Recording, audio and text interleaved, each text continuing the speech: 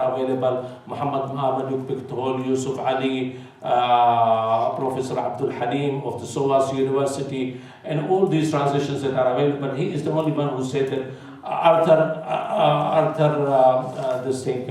don't know what, John Arthur or something like this.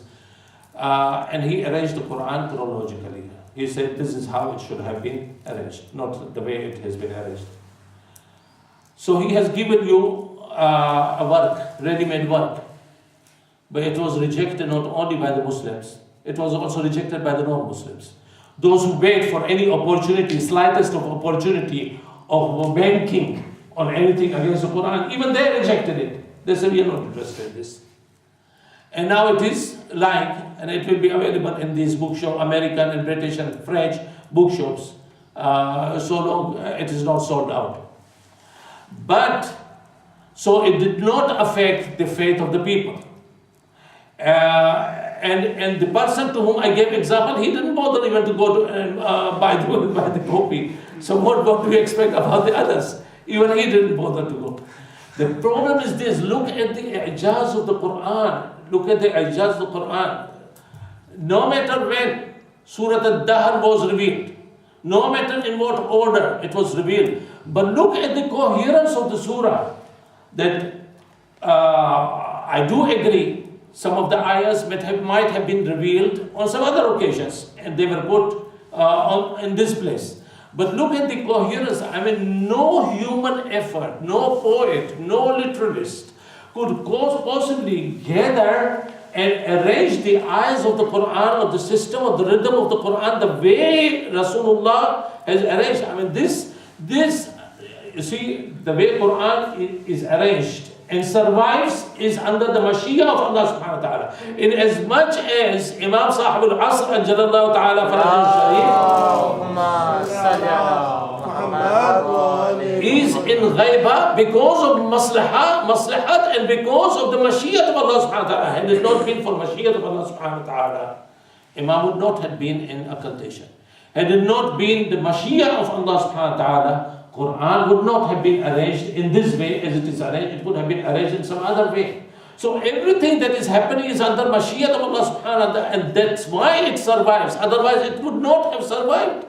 It would not have survived. We are sitting tonight here. It's Mashiach of Allah subhanahu wa ta'ala, although it needs effort, some effort from our side, but it is Mashiach of Allah subhanahu wa ta'ala. If it was not Mashiach of Allah subhanahu wa ta'ala, there would have been a very heavy snowfall which would have kept us inside the houses. We would not have dared to come out. Now, Bismillah ar-Rahman ar-Rahim. هل أتى على الإنسان حين من الدهر لم يكن شيئا مذكورا. Now go on thinking with me what I am reciting. I will not be able to explain this thing because it needs a lot of time. But look at the rhythm.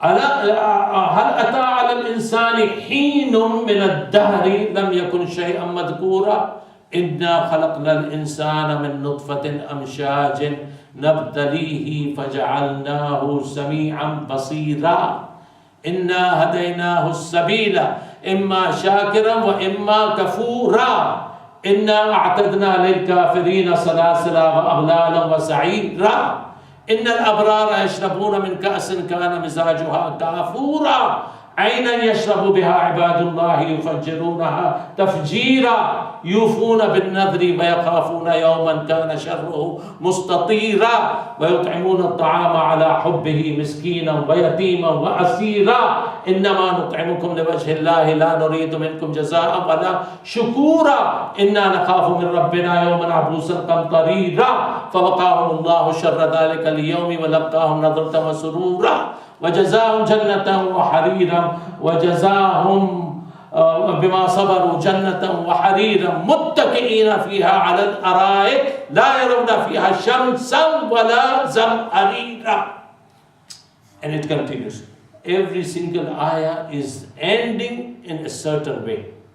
No other way. In a certain way. Now what human effort could have gathered together and made sure that each expression ends in a certain way? You see, look at there are so many examples in the Quran which prove this point. that even the language of the Quran, even the expressions of the Quran, even the arrangement of the Quran, even the rhythm of the Quran, even the rhyme that develops in the eyes of the Quran is in itself an i'jaz. Now this is the Quran. Now we come to the another thiql al-kabir. In some of the ahadith, of course, Rasulullah has named Quran is al-thiql al-kabir and Ahlulbayt is al-thiql al-saghir. But then he has compared them on one weight, that they are adul to each other, that they go side by side with each other. One without the other is incomplete. If the Sunnis say that we abide by the Quran, and if they leave Ahlul Bayt, they are not abiding by the Quran. If the Shias say we abide by Ahlul Bayt and leave the Quran, then they are not abiding by Ahlul Bayt. It is as simple as this. Many people do not understand this reality, that it is the divine law that is in the process of formation, and that divine law does not only need rules and regulations, it needs it needs interpreters and implementers. Unless and until it is implemented, interpreted in a correct way and implemented as a practical example for others to follow, then that means that the task has remained undone. The task has remained half the way through. Unfortunately, this emphasis is not there in our majalis. Otherwise, we should be there in order to convince people everything that has come into Quran, including Surah Al-Jum'ah. Has got its own function, and that function is there in order to be followed, and not only as a decoration in the book, that all right, when Imam Zamana comes, then we are going to follow it. How do you know? I mean, when Allah gave you 60 years, 70 years, and you did not follow it, what proof is there that you are going to follow it when Imam Zamana comes? It's like in the time of Nuh alayhi salam. You know, Nuh alayhi salam was given a lifespan of 2,500 years. In this span of lifespan, 950 years, alfa sanatin illa khamsina ama, as the Quran describes it, was the missionary life. That was his life as a prophet, of warning, of guiding, of calling people towards Allah subhanahu wa ta'ala, was missionary life. There was a woman in his time who was seen crying so much that they asked her that what makes you cry so much. She said, my young son died, and I'm crying on the youth of this young son who died very early. They asked her what was his age. She said only 300 years. So this was a youth of 300 years. He died during the time of Nuh alayhi salam, and it was a tragedy. It was a tragedy that he died at such an early life, at such an early age. So after hearing this, Nuh started crying. They asked Nuh alayhi salam, why are you crying? He said that they told him there will be a time that in your progeny there will come a time whereby people will live 60 or 70 years. Nuh started crying. They said, Nuh, why are you crying? He said that in such a brief period of life, I could have spent the whole lifetime in one sajda. So you look at the comparison, look at how in the time, in the history of human existence on the earth, how things have been changing, how perceptions have been changing, how the lifespans have been changing. Now, people do not appreciate that this 60 or 70 years, which Nuh would have spent in one sajda, is a ghanimah for us, is a great opportunity for us, provided we take advantage of this opportunity and we don't lose it. We don't lose it. But people don't understand that it is this lifespan which is going to be a matter of imtihan and trials. Hasn't there come in the life of human being, in the life of insan, a moment in time when he was not even worth mentioning. This insan which has been given which is Sami'an Basira, he has been given power of hearing, power of seeing, and all other faculties inside him. Wonderful faculties, the most important of which is the faculty of understanding, the faculty of brain, the faculty of thinking, the faculty of expression, which includes speech, which includes all other functions that we perform. But there was a time Allah subhanahu wa ta'ala said that he was not even worth mentioning. Nothing, he was nothing. Inna khalaqna al-insana min nutfa, with a blood clot of man and woman mixed up. So what a haqir, what a debased root of makeup of man is this, that only a blood clot. And why did he because وَجَعَلْنَاهُ سَمِيعًا بَصِيرًا إِنَّا هَدَيْنَا. So we gave him these powers of hearing and of seeing. إِنَّا هَدَيْنَاهُ وَجَعَلْنَاهُ سَمِيعًا بَصِيرًا إِنَّا هَدَيْنَاهُ سَبِيلًا إِمَّا شَاكِرًا وَإِمَّا كَفُورًا. We guided him to the right path. Allah says that I guided him, which means that hidayah comes from Allah subhanahu wa ta'ala. نَبْتَلِيهِ فَجَعَلْنَاهُ سَمِيعًا بَصِيرًا. But before Sami'an Basira, there is one word only, which is equivalent to 1,000 words.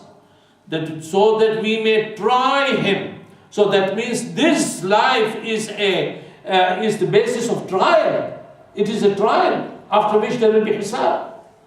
And if it was not trial, there wouldn't have been any need of any hisab. This is the Quran. You see, the whole purpose was to give comparisons. And this, now we come to the Ahlulbayt.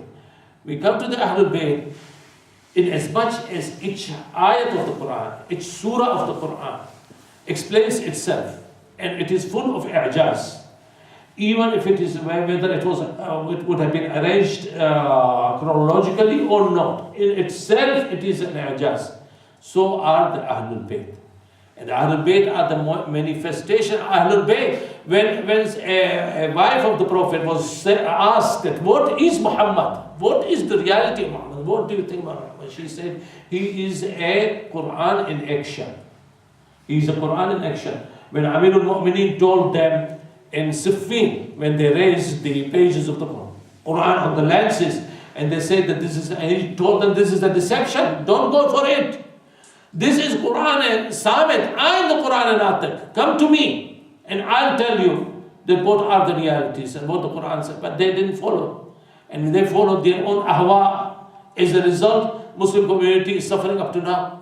You see, when Muslims are being given ready-made answers, when they are given a full code of life, which is revealed and which is explained by the explainers and expounders, and they don't follow it, and they act against nature, against the laws of Allah subhanahu wa ta'ala, then they go on suffering. Then everyone implements the Quran according to his ahwa, according to what his wishes, according to what he likes. That means he doesn't want to follow the Quran, he wants the Quran to follow him.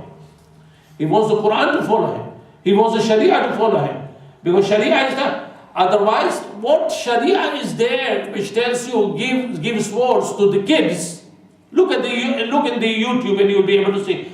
The kids carry the swords and they are being taught in that tender age to behead people, which they do not understand why they are doing, but they are being taught because they have opposed the laws of the Sharia, laws of the Quran. So we are implementing on them the punishment that has been prescribed in the Quran. Now, this is the musibah. This is a musibah kubra.